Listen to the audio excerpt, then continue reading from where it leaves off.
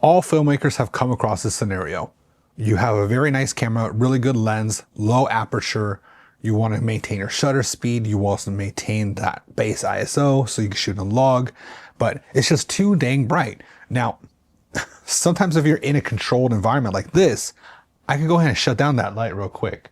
I could actually turn that light down to match the needs of the scene. But when you're in scenarios like outdoors, you can't just turn down the sun. So what's a filmmaker supposed to do? Now you can increase your shutter speed, but that's going to really mess with your frames per second, especially if you're shooting in something like 24 or something in 30. You always want to, the natural rule is to double up your shutter speed. But once you increase that even more, so you're really kind of losing the natural motion blur you get with those frames per second. So that's out of the question. Now, I can go ahead and raise my aperture, but you're going to lose out on that creamy bokeh.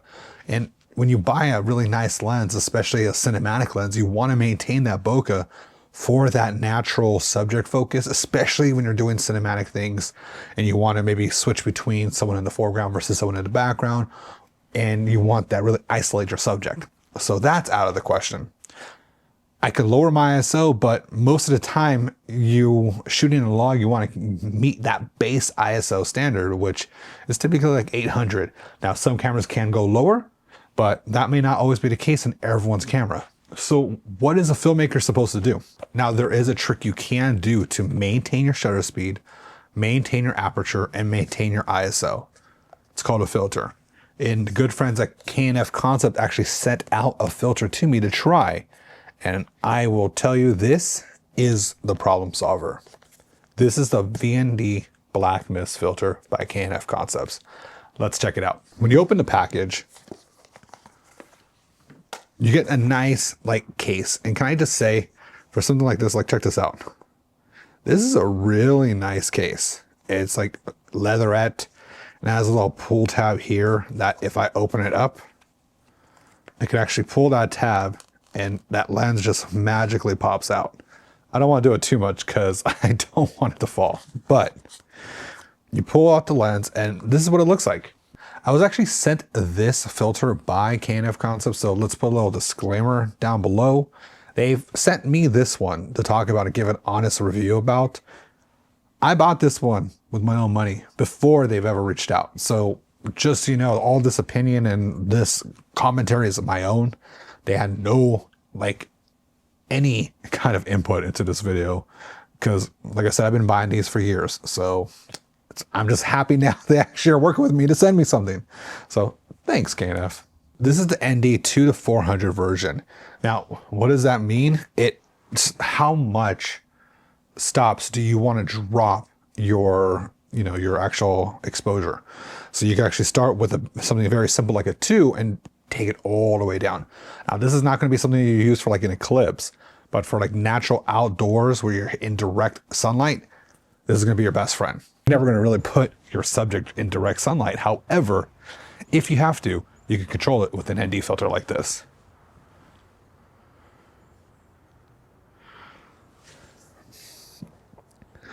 Yeah. How's that look? First of all, I have to say, picking this up, this feels like a heavy duty lens. It feels nice and it's coated and it just feels really it doesn't feel cheap.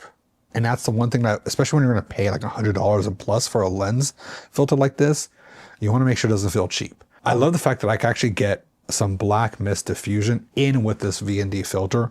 Now you could get the VND by itself or you could get it with Black Mist Diffusion. Now, why would you get Black Mist Diffusion?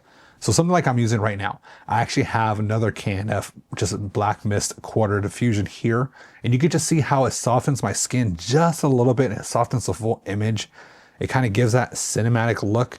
And at the same time, when you're looking at lights in the background, it just allows that blooming effect on those lights. So it's not just something sharp. So an example of it is if I took this flashlight, right? You see how it has that natural kind of glow essence versus if I did it without a filter, which if I took it off now real quick, versus something like this, look how harsh the light is actually. Oh my God. Blinding harsh. just that diffusion just changes just how it looks, right? Like, look how it looks different between no diffusion and diffusion. With something like this, I could go ahead and crank it at just 2 stops down. And now watch, here's the same light. And I could go like this. Look at the difference, actually. Between the 2 stops and the diffusion, you just get a whole different look. Just a very almost creamy look, if you will. And I realized I did not color grade. Crap. Rule number 2. Check your color grade before you start filming. Or sorry, your white balance. I totally used my lab culture gray hat for the color grade. I don't know if it's accurate, but if it is, then shout out to Jayhawk and lab culture. If you can't tell.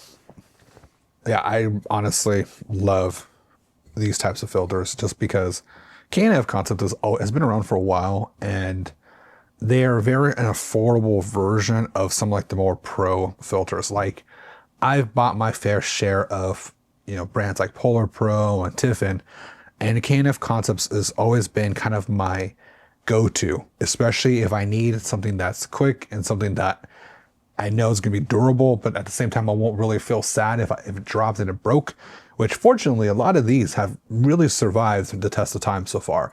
That's why I keep coming back to Canon concepts. Not to say that it's, you know, other brands aren't as good, but I have to say for the value you pay for lenses, for filters like this, I'm honestly like, I probably should have done this video before Canon concept ever reached out to me, because I've been using them for years. I mean, most of everything you see in this channel have used a black diffusion filter from Canon concept for. So just FYI. I'll put a link below. If you do want to pick this up, there will be an affiliate link. It supports me in this channel. And if you give this video a thumbs up, I'd appreciate it. So let's put on this filter in this kind of indoor setup. So let me twist it real quick here. So here is the same setup, the same video. I haven't changed my color grade or my white balance at all. I've just put this lens at its beginning 2 stops. So you can take a look at it and leave in the comments below. What do you think? Do you like how it looks? Did you like how it looked outdoors? Are you interested in this at all? I mean, I'm assuming you're interested because you clicked on the video. Unless you just support me, then cool. I appreciate that too. Final thoughts. I mean, I don't expect this to be a 10+ minute video, to be quite honest with you, because we're talking about lens filters. And I said already before, KNF has always been a good, reliable filter for me. I've used it in all of my videos and all of my photography. So whether you are a photographer or a videographer and you're looking to find a right lens, but it's affordable, especially if you're just getting into lens filters, 100%. Even before they reach out to me, I would always recommend KNF. I've actually told other friends about KNF concepts. I have everything from a polarizer to neutral density filters to black mist filters like this, and now a combination like this. They're pretty affordable, pretty budget friendly. You can actually go to their website, or you can go to Amazon. I'll leave an affiliate link below, like I said. Then you can check out this and much more of their lineup of filters. Check it out.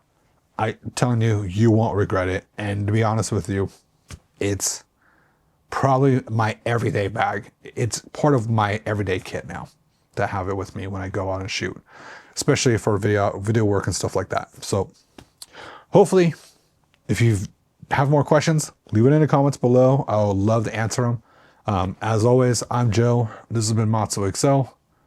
Subscribe to the channel if you like more videos and you want more tips and reviews like that. Or if you just want to support me, you can also visit all my affiliate links below.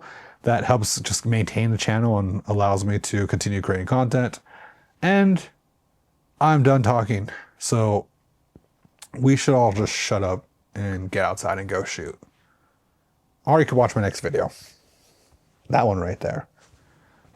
It's recommended for you from an algorithm, and you know, you should click it. Click-through rates. Yeah. Why are we still here? I got another video to record.